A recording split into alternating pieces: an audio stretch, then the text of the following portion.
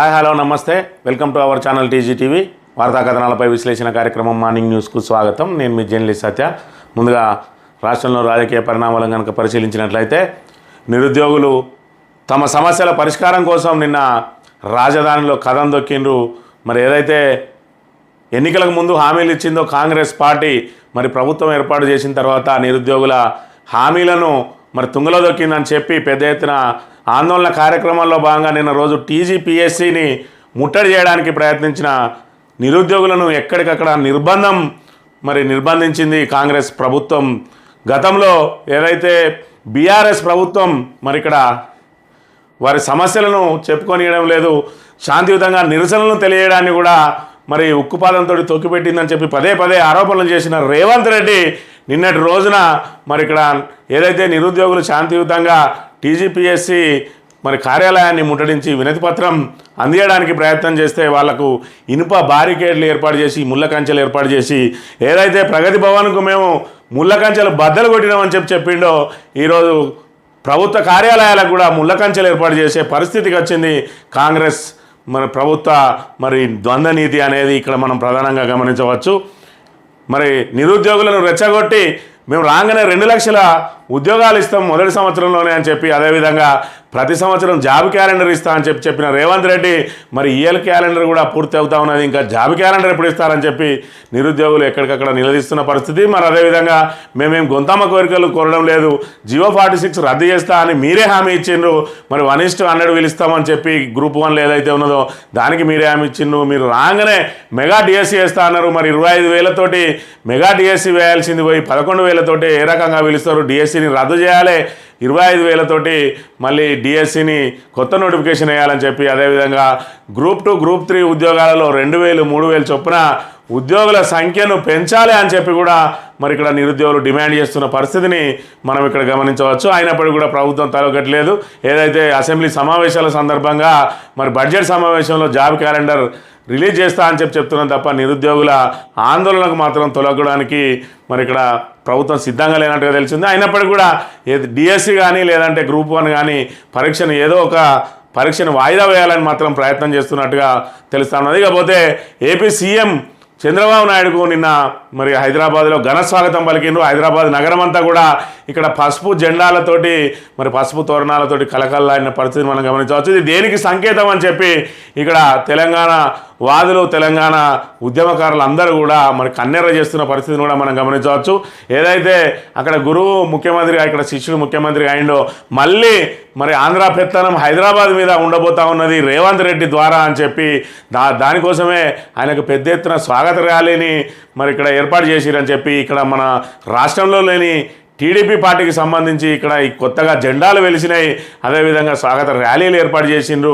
ఇందులో ఏం ఘనకార్యం ఉన్నదని చెప్పి ఇక్కడ స్వాగత కార్యక్రమాలు ఏర్పాటు చేసిండ్రు. కేవలం ఈరోజు జరిగే భేటీలో పాల్గొనడానికి వస్తున్న చంద్రబాబుకు అంత హడావిడి ఎందుకు అంటే ఇక్కడ ఏదైతే రేవంత్ రెడ్డి ఉన్నాడో ఆ రేవంత్ రెడ్డి మరి ఇక్కడ చంద్రబాబు శిష్యుడు కాబట్టి మరి వీటన్నిటికీ మరి ఆయనకు సంబంధించిన వర్గమే మరి ప్రోత్సహించిందా అనే అనుమానాలు కూడా ఒకవైపు వ్యక్తమవుతున్న పరిస్థితిని మనం ఇక్కడ గమనించవచ్చు. వార్తా కథనాలను కనుక పరిశీలించినట్లయితే ముందుగా నమస్తే తెలంగాణ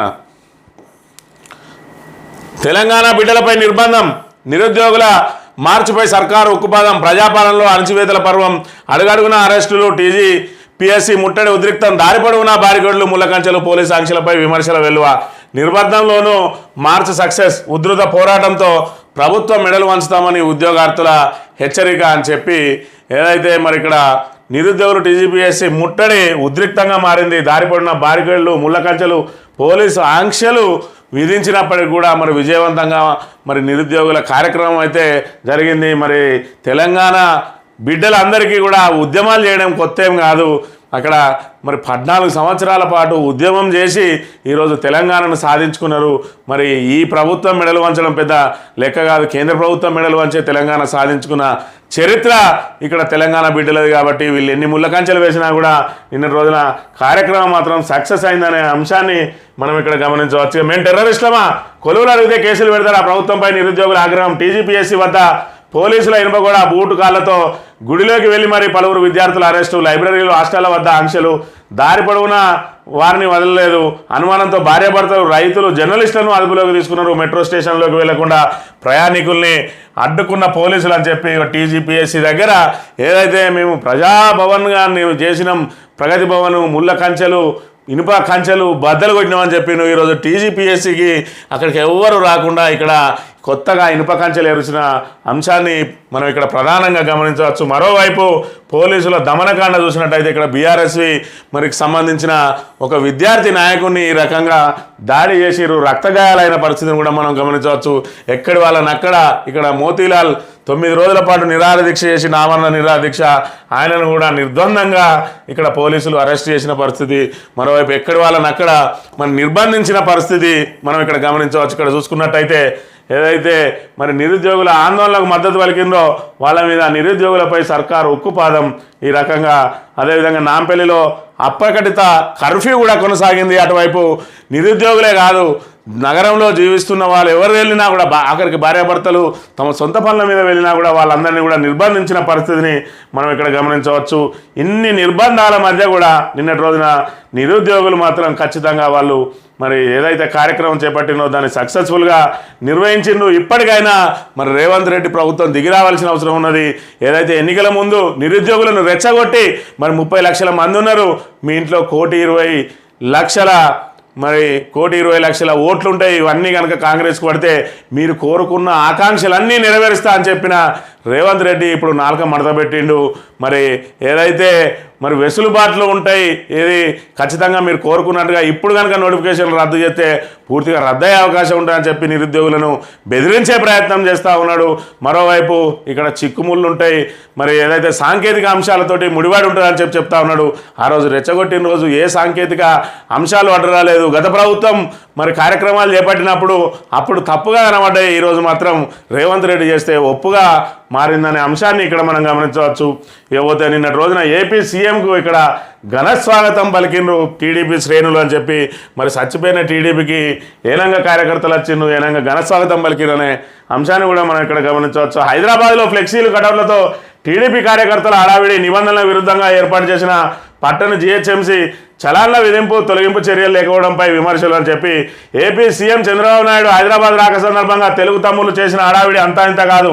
శనివారం తెలుగు రాష్ట్రాల సీఎంల సమావేశం నేపథ్యంలో చంద్రబాబు నాయుడు శుక్రవారం సాయంత్రం 7 గంటలకు బేగంపేట వచ్చారు. బేగంపేట నుంచి ఎన్టీఆర్ ట్రస్ట్ భవన్ మీదుగా జూబ్లీ హిల్స్లోని తన నివాసానికి భారీ ర్యాలీగా వెళ్లారు. ఈ సందర్భంగా చంద్రబాబు ఏపీ సీఎం హోదాలో నగరానికి వచ్చిన సందర్భంగా తెలుగు తమ్ముళ్ళు ర్యాలీ మార్గాన్ని పసుమయం చేశారు. అడుగడుగున నిబంధనలకు తిరోదలకిచ్చి ఫ్లెక్సీలు కటౌట్లు ఏర్పాటు చేశారు. వాస్తవానికి హోర్డింగ్లు, బ్యానర్లు, ఫ్లెక్సీలు ఏర్పాటు చేయడానికి జిహెచ్ఎంసీ ఈవిడిఎం విభాగానికి నిర్ణీత పన్ను చెల్లించి అనుమతులు పొందాల్సి ఉందని చెప్పి ఇక్కడ వడ్డించేటోడు మనోడైతే ఏ బంతులు ఉంటేంది అన్నట్టు ఇక్కడ రాజే వాళ్ళ శిష్యుడైనాక ఆయనకు చలాన్లు ఎందుకు, ఆయనకు అనుమతులు ఎందుకు, మళ్ళీ ఈ టీడీపీకి సొంతంగా కార్యకర్తలు ఎందుకు? రేవంత్ రెడ్డి మనసులే ఇటు కాంగ్రెస్గా మరి చలామణి అవుతారు, ఇటు టీడీపీగా చలామణి అవుతారు అనే అంశాన్ని మనం గమనించవచ్చు. ఏదైతే మరి డిసెంబర్ 3న ఫలితాలు వెలువడ్డాయో ఆ రోజు రేవంత్ రెడ్డి ఇంటి ముందట టీడీపీ జెండాలు ఎగిరిన అంశాన్ని ప్రజలు ఎవరు ఇంకా మర్చిపోలేదు. అదేవిధంగా ఏపీలో చంద్రబాబు నాయుడు మరి టీడీపీ కూటమి ఏదైతే విజయం సాధించిందో స్వయంగా తుమ్మల నాగేశ్వరరావు ఖమ్మంలో కేకులు కట్ చేసి మరి సంబరాలు జరుపుకున్న అంశాన్ని కూడా ఎవరికి మర్చిపోలేదు. ఈ రకంగా ఏదైతే టీడీపీ వాసనంతా కూడా ఈరోజు కాంగ్రెస్లో ఉన్నది. మరి ఇక్కడ ఏదైతే గురువు మరి ముఖ్యమంత్రిగా ఉన్నాడు, శిష్యుడు మరి ఇక్కడ ముఖ్యమంత్రిగా ఉన్నాడు. ఇప్పుడు నేడు గురువు శిష్యుల భేటీ జరగబోతా ఉన్నది. భేటీ సందర్భంగా మరి ఇక్కడ గురువుది పైచే అవుతుందా, శిష్యుని పైచే అవుతుందా, గురువు ఆదేశాలకు శిష్యుడు లొంగిపోయి తెలంగాణకు అన్యాయం చేస్తాడా అని ఇక్కడ ప్రజలందరూ కూడా ఎదురు చూస్తున్న పరిస్థితిని మనం గమనించవచ్చు. తెలంగాణ దినపత్రిక విషయానికి వస్తే నిరుద్యోగుల మార్చి రణరంగం అని చెప్పి నిరుద్యోగులకు సంబంధించిన అంశాన్ని ప్రధానంగా ప్రచురించింది. వాళ్ళ నిరసనలకు సంబంధించిన అంశాన్ని కూడా సీఎం ఇలాకాలో అంగన్వాడీల ఆందోళన, రిటైర్మెంట్ బెనిఫిట్స్ కల్పించాలని డిమాండ్ చేస్తూ ముఖ్యమంత్రి ఇల్లు ముట్టడికి యత్నం, భారీ పోలీసు బలగాలతో అడ్డగింపు, తీవ్రంగా ప్రతిఘటించిన అంగన్వాడీ టీచర్స్, హెల్పర్స్. అంగన్వాడీలను లాక్కెళ్లి వ్యాన్లో కుక్కిన పోలీసులు, తీవ్ర గాయాల పాలైన టీచర్లు, హెల్పర్లు అని చెప్పి సీఎం సొంత జిల్లాలో, సొంత ఇలాకాలో, ఆయన నివాసం ఉండే ఏరియాలో ఇక్కడ అంగన్వాడీలు మరి ఆందోళన చేసిరు. ఏదైతే 60 సంవత్సరాలు దాటిన వాళ్ళను మరి రిటైర్మెంట్ కావాలి అని చెప్పి చెప్తా ఉన్నారు. ఆ రిటైర్మెంట్ బెనిఫిట్స్ మాత్రం ఇవ్వడంలో కాంగ్రెస్ ప్రభుత్వం చొరవ చూపడం లేదని చెప్పి స్వయంగా ముఖ్యమంత్రి రేవంత్ రెడ్డి ఇంటినే మరి ముట్టడించడానికి ఇక్కడ అంగన్వాడీలు ప్రయత్నం చేసిరంటే మరి ఏ వర్గాలు సంతోషంగా ఉన్నాయి ఇప్పుడు కాంగ్రెస్ ప్రభుత్వంతో అనే అంశాన్ని ఇక్కడ మనం గమనించాలి. రైతులకు రైతు భరోసా లేదు, దానిలో ఇంకెవరికి ఇవ్వాలనే విధి విధానాలు లేదు, మరి అదేవిధంగా ఇస్తాన్న బోనస్ లేదు, రుణమాఫీ మీద ఇంకా మరి ఎదురుచూపులే ఎదురవుతున్న పరిస్థితి. 6 గ్యారంటీలు అన్నారు, వాటి అమలుకు దిక్కే లేదు, వాటిని పట్టించుకున్న నాదుడే లేడు. మరోవైపు నిరుద్యోగులకు రాగానే 2 లక్షల ఉద్యోగాలు అన్నారు, దాని ఊసే లేదు. ఇవాళ నిరుద్యోగులు రోడ్లెక్కిండ్రు, అదేవిధంగా రైతులు రోడ్లెక్కుతున్న పరిస్థితి, మా భూములు లాక్కుంటున్నారని ఆత్మహత్యలకు పాల్పడుతున్న పరిస్థితి. మరోవైపు అంగన్వాడీలు రోడ్లెక్కుతున్న పరిస్థితి. గతంలో అంగన్వాడీల మీద గుర్రాలతో దొక్కించిన చరిత్ర చంద్రబాబు నాయుడుకు ఉన్నది. ఈరోజు మళ్ళీ అంగన్వాడీలు రోడ్లెక్కుతున్న పరిస్థితి నేపథ్యంలో మరి ఎవరు సంతోషంగా ఉన్నారనే అంశాన్ని మనం ఇక్కడ గమనించాలి. కాంగ్రెస్ ప్రభుత్వ హయాంలో మరి ఇక్కడ పెన్షన్దారులు కూడా ఇంకా ఎదురు చూస్తూ ఉన్నారు, మాకు 4000 పెన్షన్ ఎప్పుడు వస్తుందని. మరి అలా గురువు ఏవైతే ఉన్నాడో చంద్రబాబు నాయుడు, ఆయన రాగానే ఏరియర్స్ గత 3 నెలలకు సంబంధించిన ఏరియర్స్ 3000తో పాటు 4000 కలిపి 7000 ఇస్తున్న పరిస్థితి. 7000 ఆల్రెడీ పంపిణీ చేసిండు.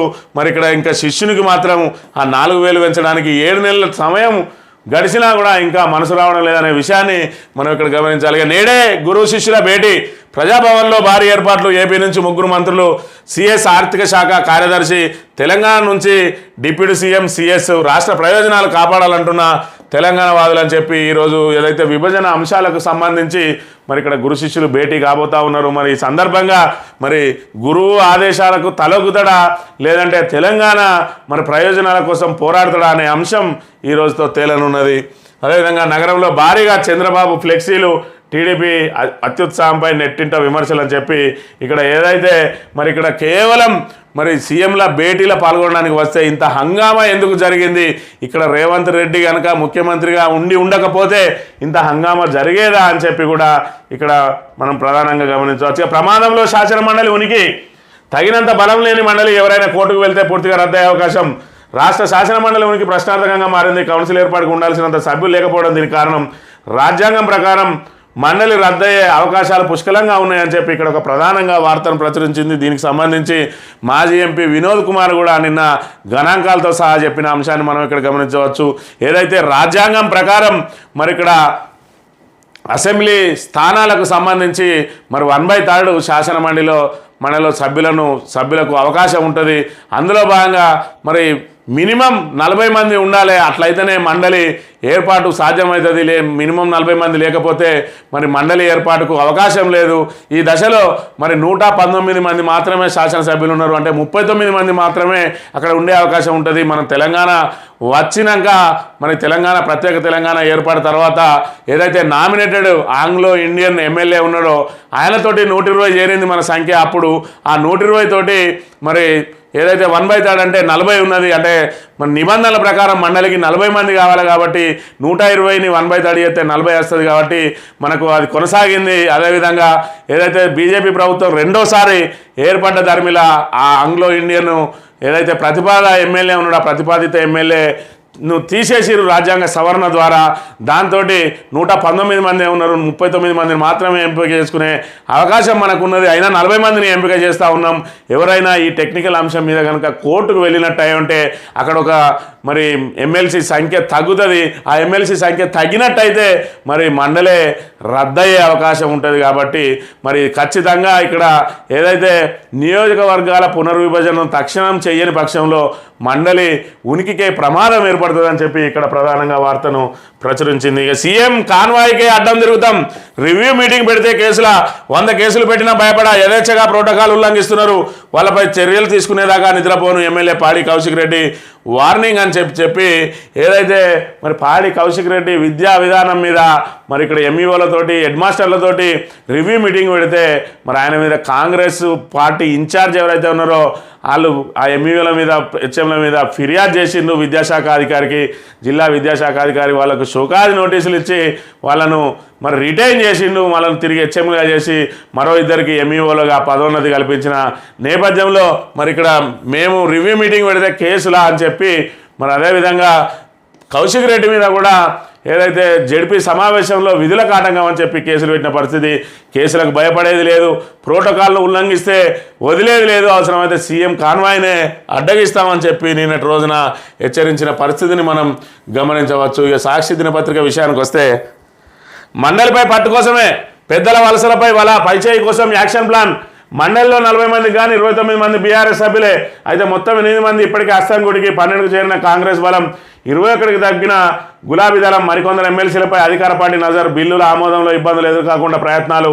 పార్టీ ఫిరాయింపుల్ని గతంలో వ్యతిరేకించి ఇప్పుడు ప్రోత్సహించడంపై రాజకీయ వర్గాల్లో విస్మయం చెప్పి నిన్నటి రోజున ఏదైతే 6 బీఆర్ఎస్ ఎమ్మెల్సీలు మరి ఇక్కడ చేరిందో దానికి మరి ఇక్కడ కాంగ్రెస్ బలం 12కు చేరింది అని చెప్పి ఇక్కడ ప్రధానంగా వార్తను ప్రచురించింది. ఏదైతే మరి అసెంబ్లీలో బిల్లులు ప్రవేశపెడతారో అందులో మండలికి కూడా తగినంత బలం కావాలి కాబట్టి ఇక్కడ 40 మంది సభ్యులు కలిగిన మరి మండలిలో 29 మంది బీఆర్ఎస్ సభ్యులే ఉండేది. దాంతో మరి వాళ్ళను క్రమంగా చేర్చుకుంటున్నారు. ఆల్రెడీ చైర్మన్ టెక్నికల్గా చేరకున్నా కూడా వాళ్ళ వైపు వెళ్ళిపోయిండు. ఏదైతే గుత్తా సుఖేందర్ రెడ్డి ఆయనతో పాటు నిన్నటి రోజున 6 వెళ్ళిండ్రు. మొత్తం సంఖ్య మరి 12కు చేరింది.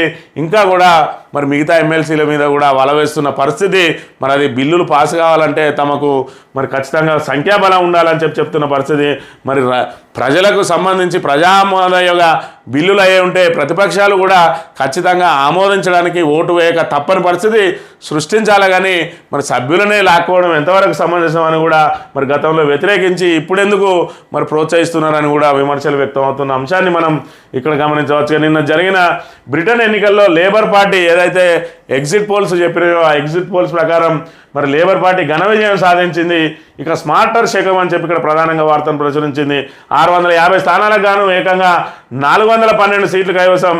కన్జర్వేటివ్లకు ఘోర పరాజయం. 121 సీట్లకే పరిమితం. రిషి సునాక్ రాజీనామా.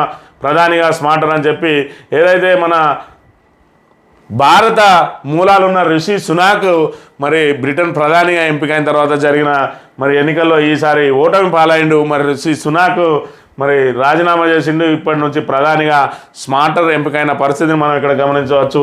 భారీ పరాజయం పాలైంది మన భారత సంతతికి సంబంధించిన రిషి సునాక్. ఏదైతే ప్రజామోదయోగ పాలన చేసినప్పటికీ కూడా రిషి సునాక్ను వాళ్ళు రెండోసారి మాత్రం మరి అంగీకరించిన పరిస్థితిని మనం ఇక్కడ గమనించవచ్చు. నేడు రేవంత్ బాబు భేటీ అని చెప్పి షెడ్యూల్ 9-10లోని అంశాలతో పాటు పలు అపరిష్కృత సమస్యలు అంశాలు చర్చకు వచ్చే ఛాన్స్ అని చెప్పి ప్రధానంగా ప్రచురించింది. త్వరలో జాబ్ క్యాలెండర్ అసెంబ్లీ బడ్జెట్ సమావేశాల్లో చర్చించి విడుదల చేస్తాం. కాంగ్రెస్ నేతలతో భేటీలో ముఖ్యమంత్రి రేవంత్.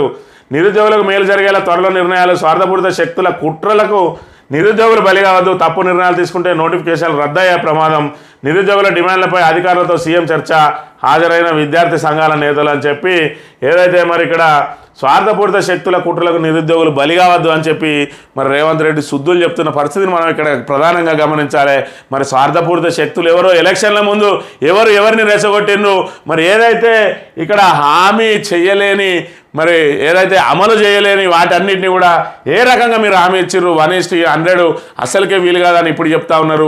అప్పుడు గత ప్రభుత్వం కూడా 1:100 చేయలేమని చెప్తే మరి మీరు ఖచ్చితంగా 1:100 కావాల్సిందే అని చెప్పి విద్యార్థులను రెచ్చగొట్టింది మీరు కాదా.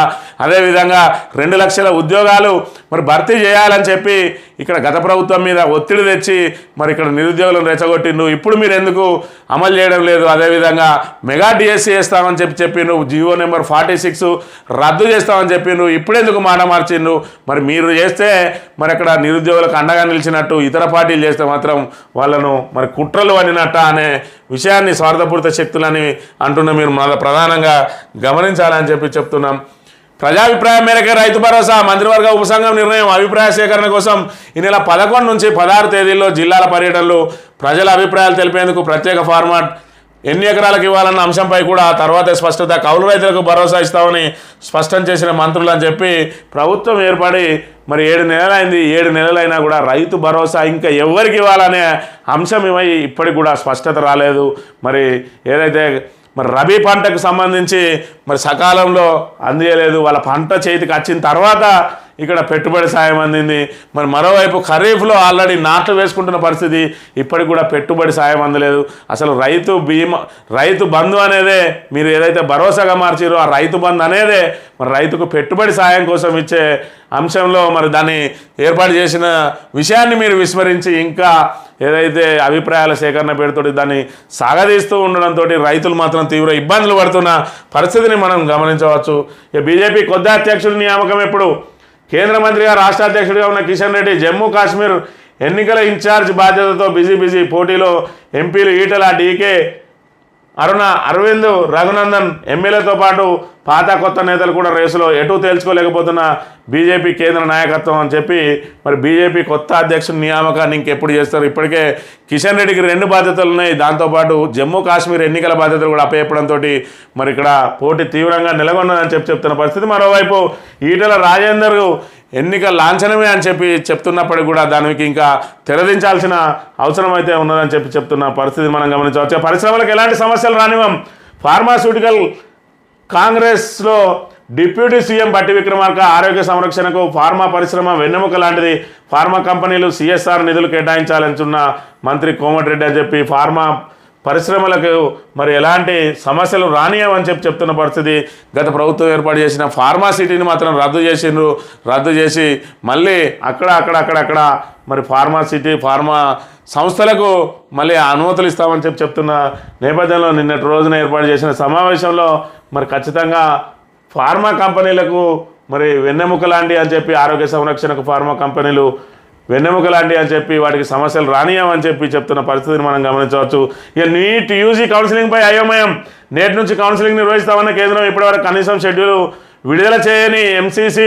మరోవైపు రాష్ట్ర స్థాయి ర్యాంకులు వెలువడిన పరిస్థితి. కౌన్సిలింగ్ మరింత ఆలస్యం, ఆందోళన విద్యార్థులు అని చెప్పి ఒకవైపు నీట్ యూజీని రద్దు చేయాలని చెప్తున్న పరిస్థితిలో మరి ఎట్టి పరిస్థితుల్లో రద్దు చేసేది లేదని చెప్పి కేంద్ర ప్రభుత్వం సుప్రీంకోర్టుకు మరి అఫిడవిట్ దాఖలు చేసింది. ఎందుకంటే లక్షలాది మంది విద్యార్థులు చదువుకున్న విద్యార్థులకు ఇబ్బంది పడే అవకాశం ఉంటుంది. మేము ఎవరైతే అవకతవకలకు పాల్పడ్డారో వాళ్ళన్నింటినీ కూడా గుర్తించినామని చెప్తున్న పరిస్థితులలో నీట్ రద్దు చేయమంటున్నారు. నేటి నుంచి కౌన్సిలింగ్ నిర్వహిస్తామన్నారు. కానీ ఇప్పటివరకు స్టేట్ ర్యాంకులు మరి విడుదల కాకపోవడంతో పాటు కౌన్సిలింగ్కు సంబంధించి మరి షెడ్యూల్ కూడా విడుదల కాలేదు. కాబట్టి మరి కౌన్సిలింగ్ మరింత ఆలస్యం అయ్యే అవకాశం మాత్రం ఉన్నది. పరిశ్రమల భూములు తాకట్టు 10,000 కోట్ల సేకరణ లక్ష్యంగా ప్రభుత్వం పావులు. కోకాపేట రాయదుర్గంలో విలువైన భూముల గుర్తింపు. 20,000 కోట్ల విలువ చేసే 400 ఎకరాలు తనఖాకు సిద్ధమైన TGIIC. గతంలో ఇచ్చిన టెండర్ రద్దు, మరోమారు టెండర్ పిలిచేందుకు సన్నద్ధం. బిడ్డర్ ఎంపికలో TGIIతో పాటు ఆర్థిక శాఖకు బాధ్యతలు. రుణం ఇప్పించే మర్చెంట్ బ్యాంకర్కు రూపాయలు 100 కోట్ల కమిషన్ అని చెప్పి మరి 10,000 కోట్ల రూపాయలను ఇప్పుడు సేకరించడానికి ఏదైతే మరి ఇక్కడ రుణమాఫీ ఉన్నదో, అదేవిధంగా రైతు భరోసా ఉన్నదో, మరి వీటన్నిటికీ అదేవిధంగా రైతు బీమా కూడా డబ్బులు కట్టాల్సిన పరిస్థితి, కిస్తీలు కట్టాల్సిన పరిస్థితిలో ఇప్పటికే 30,000 కోట్లకు పైగా అప్పులు చేసింది రేవంత్ రెడ్డి ప్రభుత్వం. దాని ద్వారా కొత్త ప్రాజెక్టులు మరి ఏవి చేపట్టకున్నప్పటికీ కూడా కేవలం మరి జీతాల కోసమే అప్పులు చేస్తున్న పరిస్థితులలో మళ్ళీ ఇప్పుడు దీనికి సంబంధించి ఏదైతే ఇంకా 6 గ్యారంటీల్లో మరి ముఖ్యమైన గ్యారంటీలు ఇంకా అమలే కాలేదు. ఇక్కడ పెన్షన్కి సంబంధించి మళ్ళీ బడ్జెట్ డబుల్ అవుతుంది. ఎందుకంటే 2,000 నుంచి 4,000 పెంచాలి. అదేవిధంగా మహాలక్ష్మి పథకంలో ప్రతి మహిళకు మరి 2,500 ఇస్తా అన్నారు. అది ఇంకా అమలు కాలేదు. మరి కళ్యాణ లక్ష్మికి తులం బంగారం అదనంగా ఇస్తా అన్నారు. ఉన్న చెక్కులే మరి ఇక్కడ బౌన్స్ అవుతున్న పరిస్థితులలో మరి ఆదాయం పెంచుకోవడం కోసం అదేవిధంగా అప్పులు తెస్తున్న పరిస్థితి. దాంతోపాటు విలువైన భూములను తాకట్టు పెట్టి మరో 10,000 కోట్ల రూపాయలు సేకరించడం లక్ష్యంగా మరి పరిశ్రమల భూములు తాకట్టుకు ప్రయత్నం చేస్తూ ఉన్నది ఇక్కడ తెలంగాణ ప్రభుత్వం. ఈ ఆంధ్రజ్యోతి విషయానికి వస్తే మరో 6 కాంగ్రెస్లో చేరనున్న బీఆర్ఎస్ ఎమ్మెల్యేలు. వారం రోజుల్లోపై చేరిక ముహూర్తం. ఎమ్మెల్యేలతో కొలిక్కి వస్తున్న చర్చలు. ఇప్పటిదాకా ఒక్కొక్కరుగా చేరిన నేతలు ఇకపై బృందాలుగా చేర్చుకునే యోజన. బీఆర్ఎస్ శాసనసభాపక్షం విలీనమే లక్ష్యం. బడ్జెట్ సమావేశాలకు ముందే ఆపరేషన్. మండలిలోనూ మెజార్టీ సాధనపై దృష్టి. నేడు కాంగ్రెస్లోకి గద్వాల ఎమ్మెల్యే బండ్ల.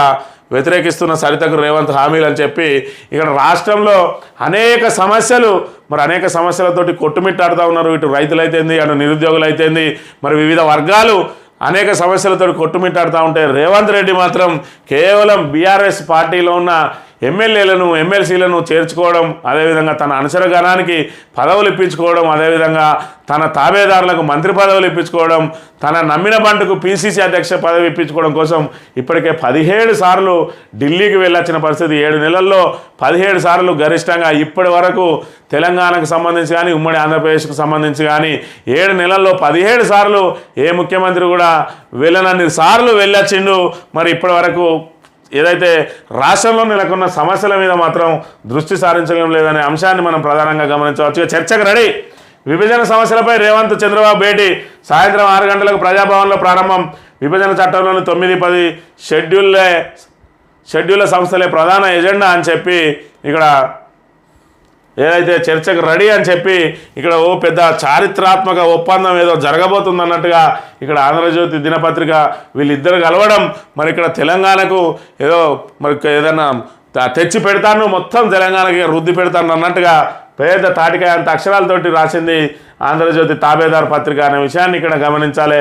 వీళ్ళిద్దరూ కలిస్తే మరి తెలంగాణకు ఏ రకంగా మరి మేలు జరుగుతుందా కీడు జరుగుతుందా అనేది తేలబోతూ ఉన్నది. కానీ ప్రజలను మాత్రం అటెన్షన్ చేసి డైవర్షన్ చేసి వీళ్ళిద్దరి కలయిక ద్వారా తెలంగాణకు ఏదో పెద్ద లబ్ధి జరగబోతుంది అన్నట్టుగా మరి ఇక్కడ డైవర్షన్ పాలిటిక్స్ చేస్తూ ఉన్నది ఆంధ్రజ్యోతి దినపత్రిక అనే అంశాన్ని మనం గమనించాలి. ఉద్యోగాల భర్తీపై టెన్షన్ వద్దు, నిరుద్యోగులకు న్యాయం జరిగేలా రూపొందిస్తాం. బడ్జెట్ సమావేశంలో జాబ్ క్యాలెండర్ అంటున్న రేవంత్ రెడ్డి.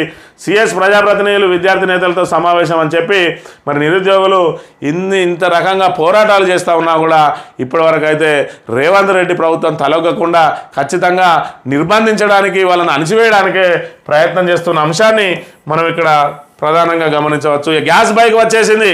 ప్రపంచంలోనే తొలి సిఎన్జి బైక్ను విడుదల చేసిన బజాజ్ ఆటో ఫ్రీడమ్ 125 పేరుతో మార్కెట్లోకి 2 కిలోల గ్యాస్ 2 లీటర్ల పెట్రోల్తో 330 కిలోమీటర్లు ప్రయాణించవచ్చు. కిలోమీటర్కు దాదాపు రూపాయి ఖర్చు అని చెప్పి ఇక్కడ ఏదైతే మరి ఇక్కడ గ్యాస్ ప్రపంచంలోనే మొట్టమొదటిసారిగా మన భారతదేశానికి సంబంధించిన బజాజ్ ఆటో మరి ఇక్కడ గ్యాస్ బైక్ను మరి రిలీజ్ చేసింది. ప్రపంచంలోనే ప్రప్రథమంగా మరి ఇక్కడ ఈ బైకు అందుబాటులోకి వచ్చింది కాబట్టి ఇంకా ఇంధన భారం తగ్గే అవకాశం ఉంటుంది. మరి ఏదైతే రూపాయికి కిలోమీటర్ చొప్పున వెళ్ళే అవకాశం ఉంటుందని చెప్తున్న నేపథ్యంలో మరి ఇది ఒక చారిత్రక అడుగుగా మనం భావించవచ్చు. ఈనాడు దినపత్రిక విషయానికి వస్తే మున్నేరు వరద నీరు పాలేరుకు, తక్కువ వ్యయంతో లింకు కెనాల్కు మళ్లింపు ప్రతిపాదనలు. పాలేరు జలాశయం నాగార్జున సాగర్పై ఆధారపడిన ప్రాజెక్టు కృష్ణమ్మ బిరబిరమంటూ ప్రవహిస్తేనే పాలేరుకు జలకళ. గతేడాది పరిస్థితులు ఎదురైతే ఆయకట్టు భూములను బీడిగా దర్శనమిచ్చే పరిస్థితి నేపథ్యంలో గోదావరి జలాలను పాలేరుకు మళ్లించడం ద్వారా ఖమ్మం జిల్లాలో లక్షల ఎకరాల సాగరు ఆయకట్టు స్థిరీకరణ, కొత్త సాగు విస్తీర్ణం కోసం భద్రాద్రి జిల్లాలో సీతారామ పథకాన్ని చేపట్టారు. అయితే ఇందులో భాగంగా ప్రారంభమైన పాలేరు లింకు కెనాల్ నిర్మాణ పనుల పూర్తికి మరో 3 ఏళ్ల కాలం పట్టే అవకాశం లేకపోలేదు. ఈ నేపథ్యంలో మున్నేరు వరద నీటిని ప్రస్తుతం తవ్వకం పనులు సాగుతున్న సీతారామ పథకం పాలేరు లింకు కెనాల్కు అనుసంధానించడం ద్వారా ఏటా సుమారు 30 టీఎంసీల నీటిని పాలేరు జలాశయానికి మళ్లించవచ్చే ఆలోచనతో పుట్టిందే కొత్త పథకం అని చెప్పి ఇక్కడ మున్నేరు వరద నీరును పాలేరుకు తరలించడానికి మరి లింకు కెనాల్కు తక్కువ వ్యయంతో మరి ప్రతిపాదనలు చేసిరు అని చెప్పి ఒకటి ప్రధానంగా వార్తను ప్రచురించింది. ఇక బ్రిటన్ ప్రధానిగా కీర్ స్టార్మర్ మరి ఎంపికైండు. భారీ విజయం సాధించిండు మన రిషి సునాక్ మీద. ఓఆర్ఆర్ త్రిపురాల మధ్య ఫార్మా క్లస్టర్లు.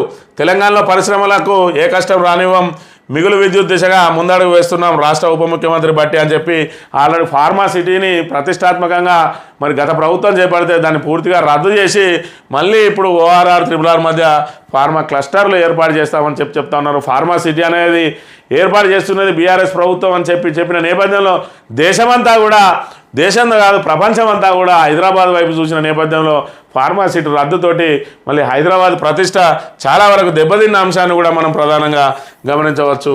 ఇక రాష్ట్ర ముఖ్య ఎన్నికల అధికారిగా సుదర్శన్ రెడ్డి, తెలంగాణ రాష్ట్ర ముఖ్య ఎన్నికల అధికారిగా సుదర్శన్ రెడ్డిని నియమిస్తూ కేంద్ర ఎన్నికల సంఘం శుక్రవారం ఉత్తర్వులు జారీ చేసింది. ప్రస్తుతం ఆయన జీఏడీ ముఖ్య కార్యదర్శిగా పనిచేస్తున్నారు. ఇప్పటి వరకు ముఖ్య ఎన్నికల అధికారిగా ఉన్న వికాస్ రాజ్ సేవలను రాష్ట్ర ప్రభుత్వం వినియోగించుకోవాలని నిర్ణయించి కేంద్ర ఎన్నికల సంఘానికి లేఖ రాసింది. తదుపరి సీఈఓగా నియమించేందుకు వీలుగా 3 అధికారుల జాబితాను పంపగా సుదర్శన్ రెడ్డిని ఎంపిక చేసిందని చెప్పి ఏదైతే వికాస్ రాజును మరి పూర్తి స్థాయిలో రాష్ట్ర మరి వ్యవహారాల కోసం వాడుకుంటామని చెప్పడంతో మరి నూతనంగా సుదర్శన్ రెడ్డిని ముఖ్య ఎన్నికల అధికారిగా సీఈఓగా మరి నియమించిన పరిస్థితి మనం గమనించవచ్చు. స్థానిక వార్తల విషయానికి వస్తే నిరుద్యోగుల పోరుబాటపై జులుం. టీజీపీఎస్సీ కార్యాలయం ముట్టడి భగ్నానికి పోలీసుల యత్నం. విద్యార్థి సంఘాల నాయకుల ముందస్తు అరెస్టులు, ఠాణాలకు తరలింపు ఖండించిన నాయకులు అని చెప్పి మరి ఏదైతే జిల్లాల నుంచి కూడా తరలి వెళ్ళడానికి నిరుద్యోగుల ఏదైతే టీజీపీఎస్సీ ముట్టడికి వెళ్ళడానికి ప్రయత్నం చేసిరో వాళ్ళందరినీ కూడా ఎక్కడికక్కడ నిర్బంధించిండు. మరి నిన్నటి రోజున ఏదైతే మరి పెద్దపల్లికి సంబంధించిన దాసరి ఉష మరి అక్కడ ఆమె ఇంట్లోనే ఇక్కడ సత్యాగ్రహ దీక్ష కూడా చేపట్టిన అంశాన్ని మనం ఇక్కడ ప్రధానంగా గమనించవచ్చు. ఇక మద్యమానేరు పరిహారం చెల్లింపులో మళ్ళీ అక్రమాలు. చింతలటానా వేదికగా భాగవతం 10 నెంబర్లతో లేని ఇళ్లకు చెల్లింపులకు యత్నం. వేగంగా కదులుతున్న ఫైల్, ఓ ఇద్దరు అధికారులే కీలక సూత్రధారులనే ఆరోపణలు, పైరవిదారులకు సహకారం, ఉన్నతాధికారులను పక్కదారి పట్టించే ప్రయత్నం, పరిహారం వస్తే అందులో 50% అధికారులకు చెల్లించడానికి ఒప్పందాలు అని చెప్పి మద్య మానేరుకు సంబంధించి పరిహారం చెల్లింపులో గతంలో అక్రమాలు చోటు చేసుకున్నాయి, మళ్ళీ అక్రమాలకు తెరలేపుతారు అధికారులు అని చెప్పి ఏదైతే నెంబర్లు లేని ఇళ్లకు మరి బై నెంబర్లు వేసి, అంటే ఏదైతే లబ్ధిదారులుగా మరి వాళ్ళు ఎవరు నష్టపోని వాళ్ళను కూడా ఇళ్లకు బై నెంబర్లు వేసి వాళ్ళను మరి బాధితులుగా పేర్కొంటూ మరి వాళ్ళకు నష్టపరిహారం చెల్లించడానికి, అంటే ప్రజాధనాన్ని దోచిపెట్టడానికి సిద్ధమైంది. అందులో అధికారులు సగం సగం పంచుకోవడానికి ఇక్కడ మరి ఖచ్చితంగా మళ్ళీ అక్రమాలకు తెరలేపిండు. మరి దీని మీద ఉన్నతాధికారులు దృష్టి సారించాలని చెప్పి ప్రత్యేక కథనం ప్రచురించింది నమస్తే తెలంగాణ దినపత్రిక. ఈ గనుల వేలంపై కన్నెర్ర, కార్మిక వారాల నుంచి కదిలిన దండు, కరీంనగర్ పెద్దపల్లి కలెక్టరేట్ల ముట్టడి, గనుల వేలాన్ని ఆపాలని వామపక్షాల మహాధర్నా, సింగరేణికే కేటాయించాలని డిమాండ్, బీజేపీ ప్రధానికి వ్యతిరేకంగా మిన్నండిన నినాదాలు అని చెప్పి ఇక్కడ సింగరేణి బొగ్గు గనుల వేలంపై కార్మిక లోకం కన్నెర చేసింది. వామపక్ష పార్టీలు సింగరేణి కార్మిక సంఘాలతో కలిసి గర్జించింది. కరీంనగర్ పెద్దపల్లి కలెక్టరేట్ల ఎదుట మహాధర్నా జరిగింది. ప్రైవేటీకరణ విధానాలను మానుకోవాలని, బొగ్గు బ్లాకుల వేలాన్ని ఆపాలని, సింగరేణికే ఆ గనులు కేటాయించాలని డిమాండ్ చేసిందని చెప్పి ఇక్కడ ఏదైతే కాంగ్రెస్ అనుబంధ సిపిఐ ఉన్నదో ఆ సిపిఐ మరి కార్మిక సంఘం ఏఐటీసీ నిన్నటి రోజున పెద్దపల్లి అదేవిధంగా మరి కరీంనగర్ కలెక్టరేట్లను ముట్టడించింది. దాంతోపాటు సిపిఎం పార్టీ కూడా ఈ ఆందోళనలో పాల్గొన్నది. మరోవైపు ప్రధానికి వ్యతిరేకంగా అదేవిధంగా బీజేపీకి వ్యతిరేకంగా పోరాటం చేస్తున్న సిపిఐ మరి దానికి ఏదైతే బీజేపీ పార్టీకి కాంగ్రెస్ కూడా వంతపాడుతున్నదనే అంశాన్ని మరి ప్రధానంగా గమనించాలి. ఇక్కడ మరి సిపిఐ పార్టీ కూడా మరి సిపిఐ భాగస్వామ్య పక్షంగా ఉన్నది. గనుల వేలాన్ని అడ్డుకోవడంలో మరి కాంగ్రెస్ ప్రభుత్వం విఫలమైంది. ఈ నేపథ్యంలో మరి కాంగ్రెస్ మీద కూడా నిరసన వ్యక్తం చేయాల్సిన అవసరం ఉన్నదనే విషయాన్ని మరచి కేవలం మరి ఇక్కడ జాతీయ పార్టీ మరి ఏదైతే కేంద్రంలో అధికారంలో ఉన్న బీజేపీ మీదనే పోరాటం చేస్తూ ఉన్నది, కానీ అందుకు వంతపాడుతున్న ఇలా ఏదైతే మరి భాగస్వామ్య పక్షం ఉన్నదో కాంగ్రెస్ దాని మీద కూడా పోరాటం చేయాలి. అవసరమైతే ప్రభుత్వం నుంచి బయటికి రావాల్సిన అవసరం ఉన్నది. ప్రజా వ్యతిరేక విధానాలకు పాల్పడ్డప్పుడు మరి మద్దతు ఉపసంహరించుకోవాల్సిన బాధ్యత కూడా సిపిఐ మీద ఉన్నదనే అంశాన్ని ఇక్కడ ప్రధానంగా గమనించాలి.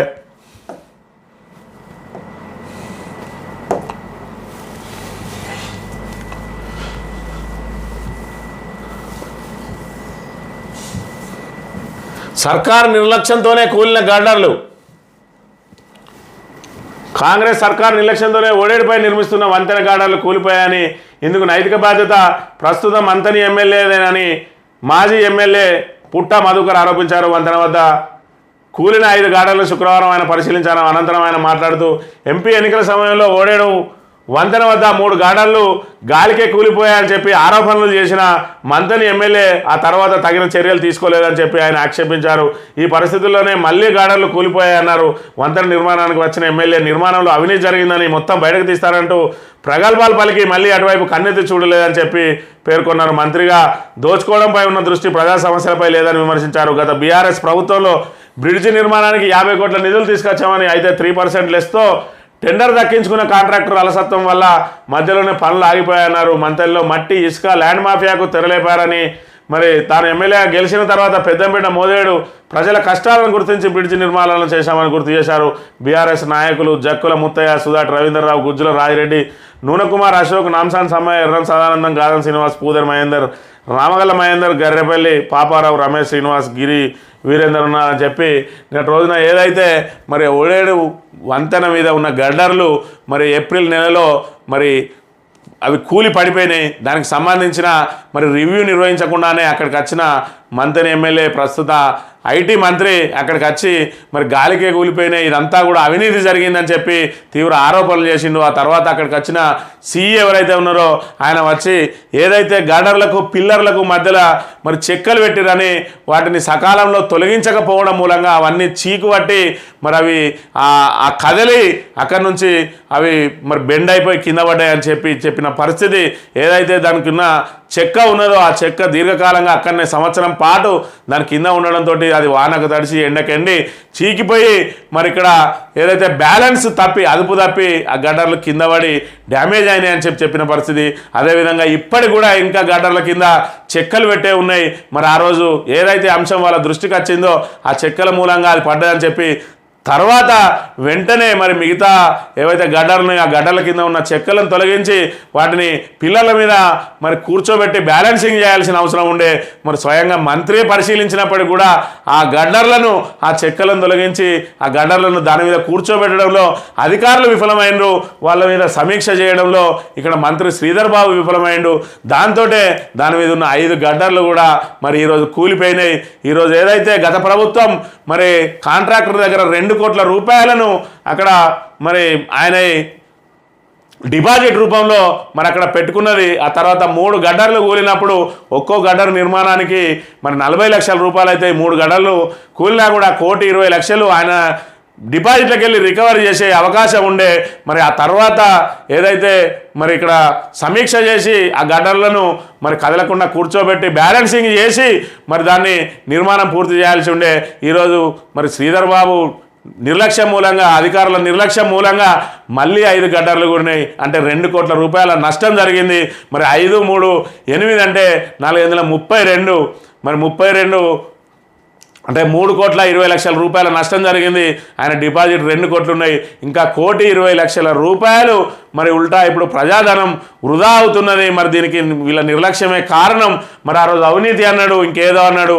ఇప్పటి వరకు మళ్ళీ దాని మీద కన్నెత్తి చూడలేదు. మళ్ళీ ఇప్పుడు వచ్చి మళ్ళీ గుళ్ళాయి, మళ్ళీ అవినీతి అని లేదంటే మళ్ళీ నిర్మాణ లోపం అని చెప్పడానికి ప్రయత్నం చేస్తూ ఉన్నాడు. దీనికి అంతటి కూడా శ్రీధర్ బాబే బాధ్యత వహించాలని చెప్పి నిన్న రోజున పుట్ట మధుకర్ అక్కడ స్వయంగా ఏదైతే బ్రిడ్జ్ ఉన్నదో ఆ బ్రిడ్జిని పరిశీలించి మరి అక్కడ విలేకరుల సమావేశంలో ఆయన తీవ్ర వ్యాఖ్యలు చేసిన అంశాన్ని మనం ఇక్కడ గమనించవచ్చు. ఇది ఈరోజు మార్నింగ్ న్యూస్. తిరిగి రేపు కలుద్దాం. Thank you very much.